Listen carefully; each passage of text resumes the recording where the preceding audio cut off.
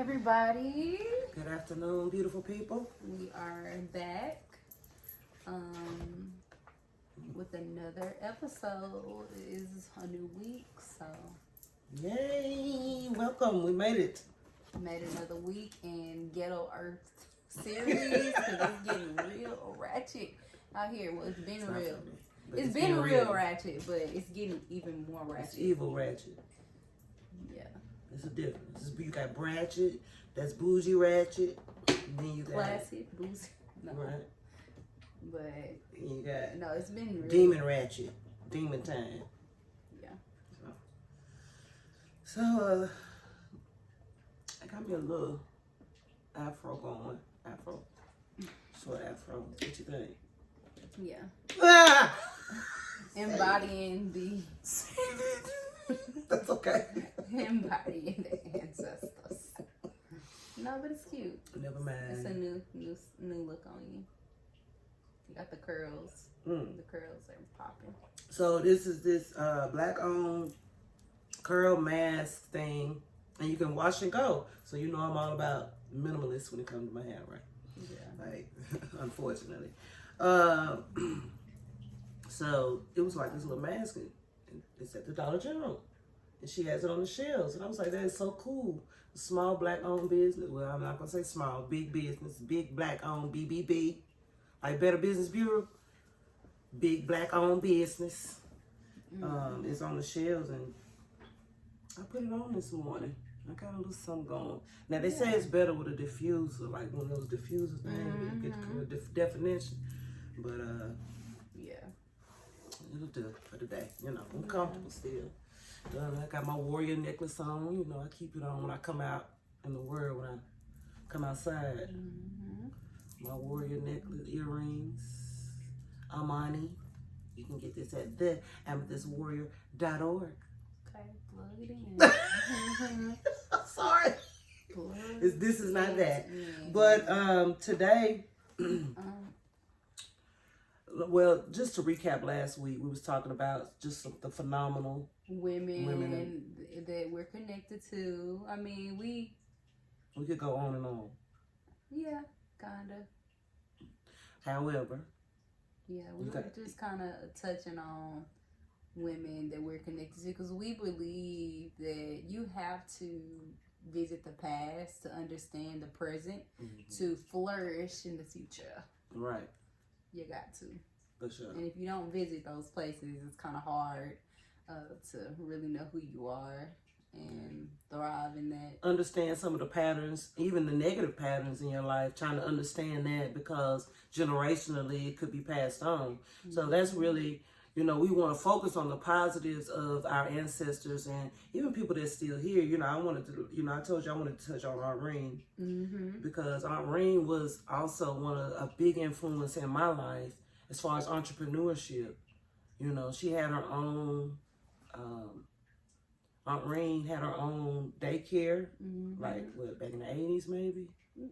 Yeah, I mean, I was born, so maybe in the 80s, 90s, 2000s. Yeah, as she well. for some time. Yeah, she had she it like definitely over had. years, decades, I want And to say. she just had such a holistic lifestyle, I think, with all her children. Yes. They have a farm farm. with animals and fruits and vegetables. And she's also a social worker, so she has a degree. She was an advocate. An advocate.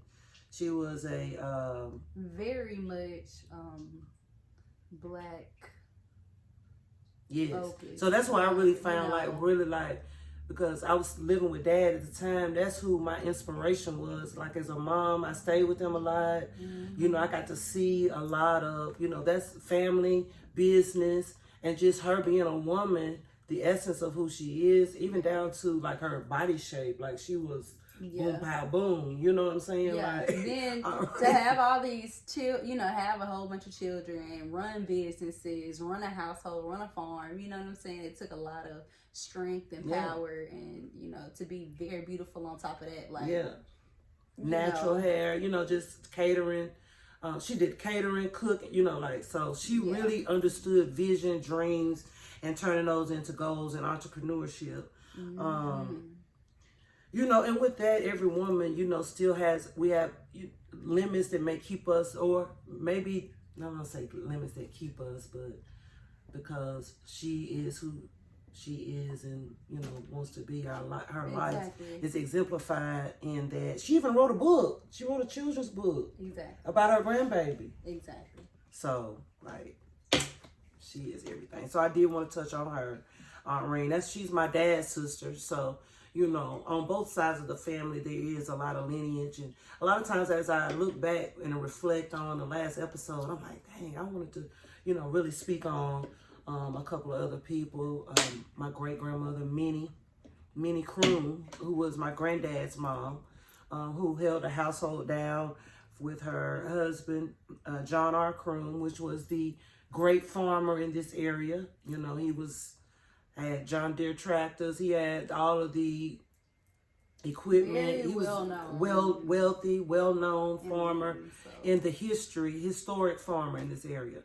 And so, with us being connected to that kind of lineage, you know, we have, as we said last week, to make our ancestors proud, we have no option but to really dig into our greatness and dig into their mindset and how they had to overcome so much in their time in order to be a success. Exactly. What I deem as a success, people that I look up to. And I think, you know, this is really healing, like even just to have these moments for our children and, you know, the legacies to pass down, because it's really so powerful to have an oral history, like to really be able to talk about your ancestors. And it's just powerful. Yeah, it's just powerful. I agree, because I liked history when I was in school. So to be able to study the history of our own people and really just know that our lineage is not just slavery.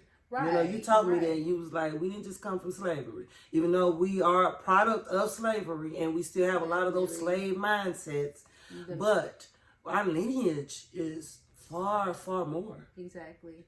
And I was reading Dr. Ava Muhammad's book, New Way of Life, and we really have to get in our brain, like our brains had to create a false reality for us to just get through slavery. Yeah. Like we had to just create like a world in order to think about getting raped, to getting killed.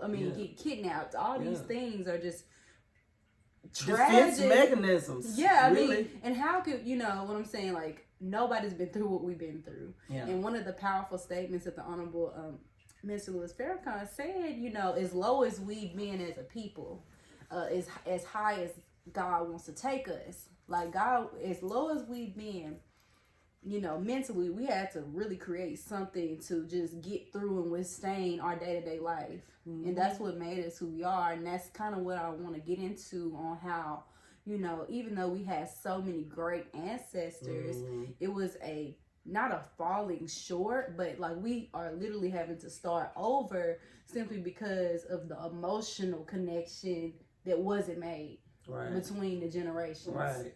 And how we really wasn't able to keep that connection like we needed to. Right. You know, so passing the torch is so important. Yeah. So if we wasn't, and our family for the obvious reasons, I don't, you know, of course that's family business, but the connection of passing the torch was disconnected. Very, very disconnected. And I think a lot of families kind of missed the mark on that. And, you know, it's just, I be saying, like, you know, not to blame everything on slavery, but, you know, that has a mental subconscious effect on us as a people. Yeah. So we had to do so much to survive. And, you know, even though we achieved so much and have came so far, it's like we're literally having to start over and rebuild meaningful connections with our children, with our mothers, with people, the elderly, and we're having to unlearn even the younger generation, like having to really bridge that gap, like constantly. And like I don't want to ever get to a point where I feel like I can't connect with the youth. Right. You know, so any space I'm in, Right. you know, I find myself gravitating to the youth because I want to know what they're thinking. Right. Like, I want to know how they talking when the adults aren't around. Like, thankfully, I'm like, why am I always with the kids? But you at the kid table. I'm always with the kid table, you know, because either I'm breastfeeding or I'm having to keep a close eye out on my daughter because she's very loud. So I'm always, you know, find myself surrounded by children. So I'm like, I never want to feel like a disconnect. Like, Right.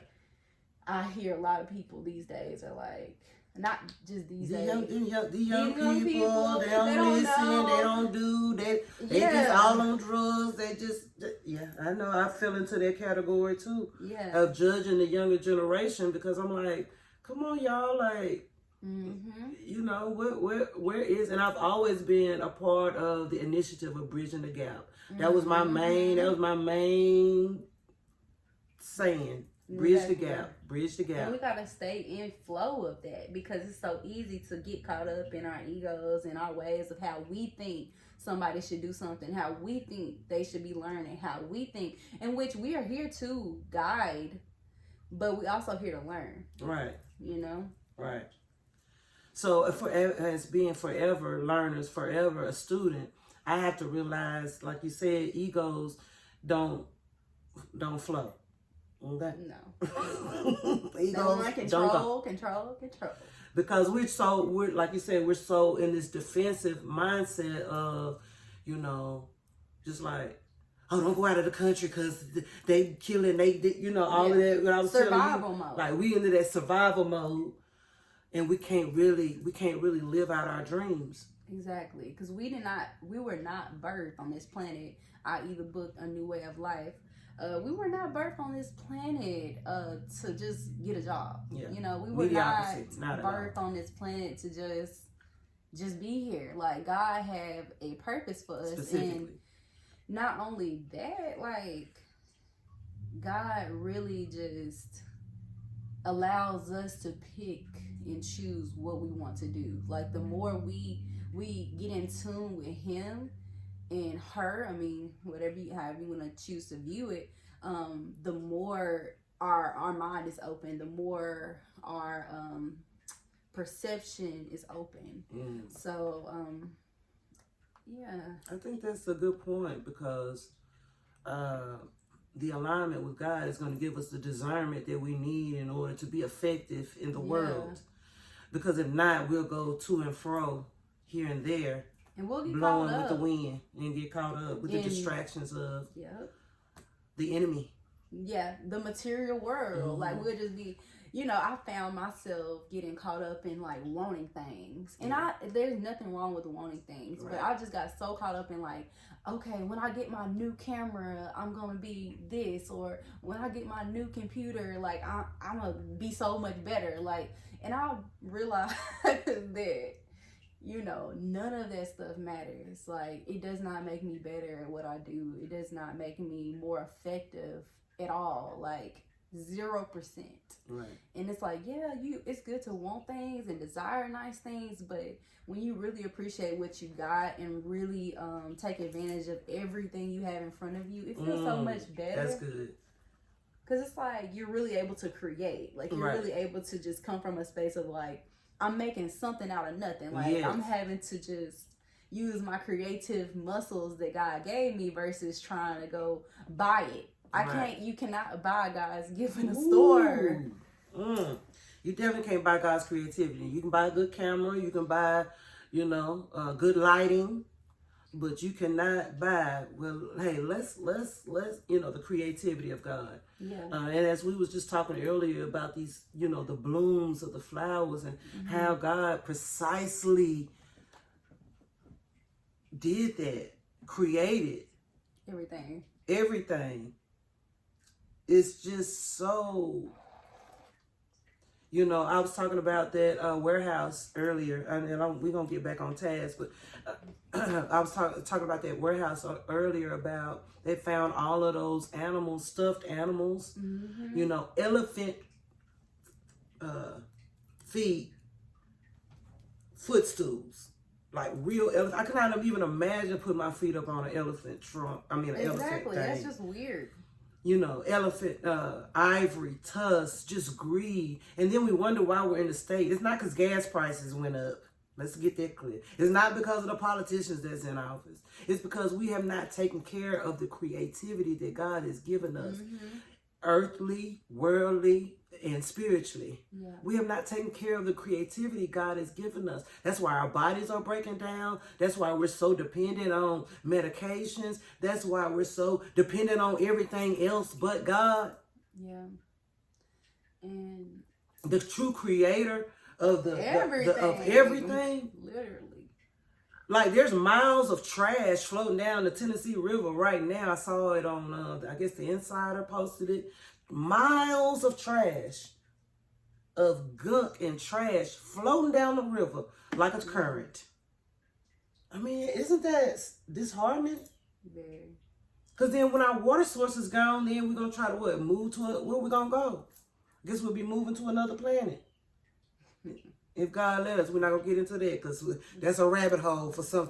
That's a rabbit hole for some of us. Definitely go down a rabbit hole and just be gone with the wind, cause yeah, they be out here doing the most. But just killing off all the things, the nature that God has given us. So therefore, and it's our responsibility. You know, when you have that inclination to do better, to help people, because everybody I talk to, you know, especially people of color. I love my people, all people that are people of love and that want to express themselves and help people. Like, I love that. But I know me being a black woman, every black person I talk to and I have conversations with, everybody say, I want to help people. I really want to help people.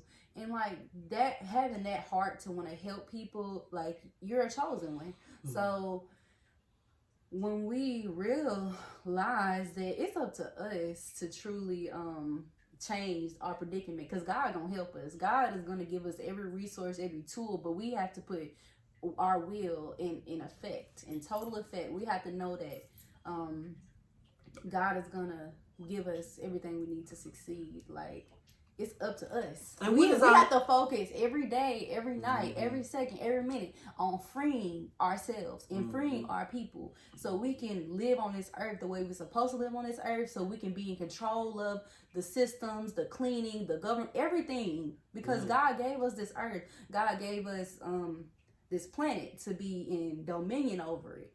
Like, the last people, or the people that's been over it, we see they're not doing what it's supposed to do. Mishandled, dropped the earth. It's so many people that's like, I want to help others, I want to do this and want to do that. So it's just really putting that will to the ground and knowing like, okay, we can do that. We can heal the earth. We can have our own everything, schools. We can have our own way of eating. We can have our own way of everything, you know. But we have to. But before we do all of that, guess what we got to do? We gotta operate in truth. Yeah. We gotta know and own the truth of who we are and whose we are and where we came from. Exactly. Kings and queens. Exactly. And that's, so we have to understand the truth of the matter. And once we really tackle the God factor and the truth of the matter, then the rest will fall in place.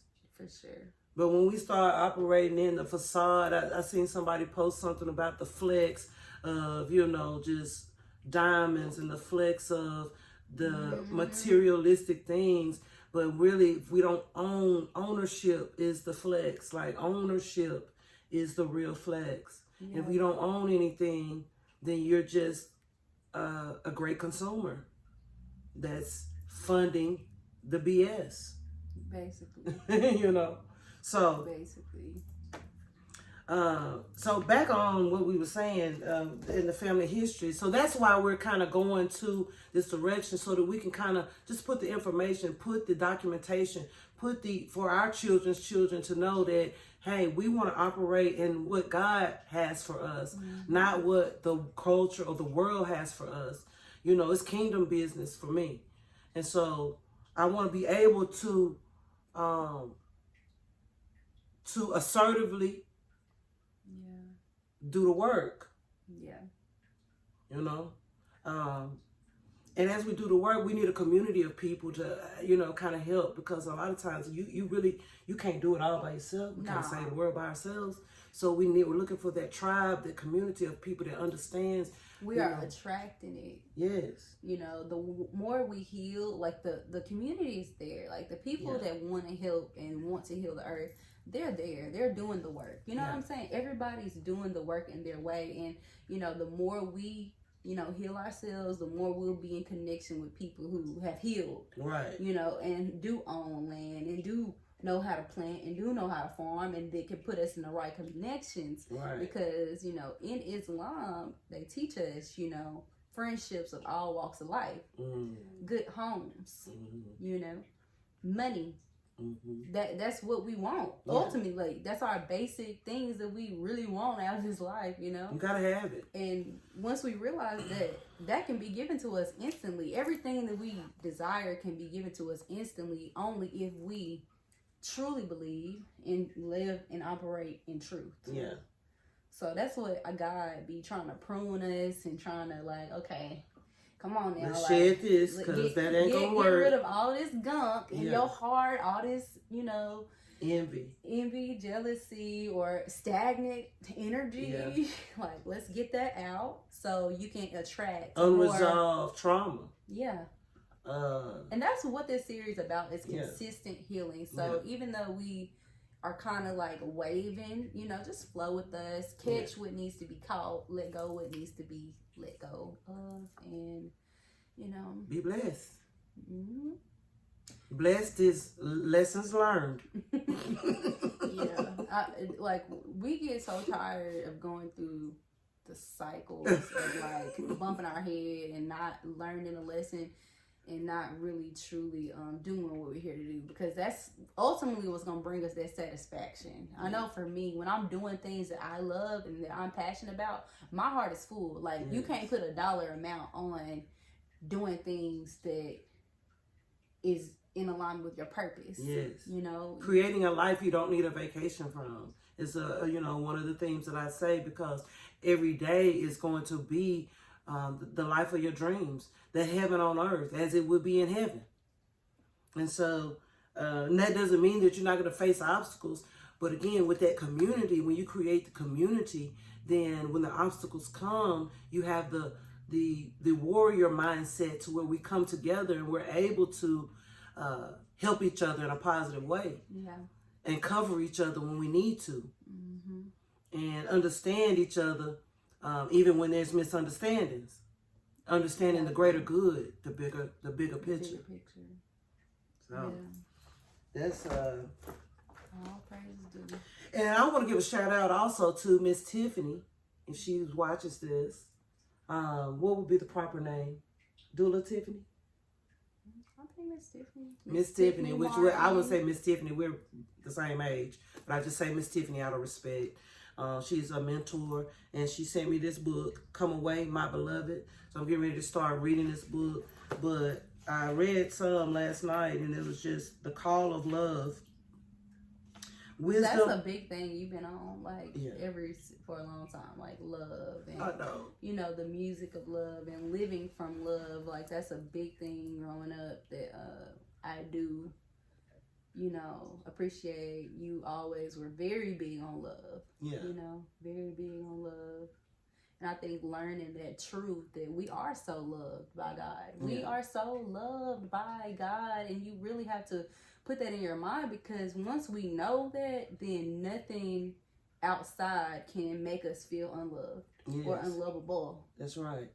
Not even your parents, not even the people that birthed you, not even, because no matter what, when you know that you loved by the ultimate being, everything else works out. And I have to keep reminding, I'm reaffirming, and I'm affirming every day, daily, even at this level I'm on, and it had to get me to a place. I had to get to a place. He had to sit me down for a while and say, listen, daughter, I know that you really, I know your heart. Yeah. But I need you to heal your heart. Yeah. I need you to reconnect with the people that are your heart. Mm-hmm. and be able to, and that including yourself. Yeah. Yeah. And me, the father. Mm-hmm. You know, as Miss Tiffany would say, a father husband. Mm-hmm. You know, and so. And that really put the Wise Wife University really put that in perspective too for me, because it was just like, when you look at it from that way, as him being your ultimate father, husband, then you really can gracefully move about. Exactly.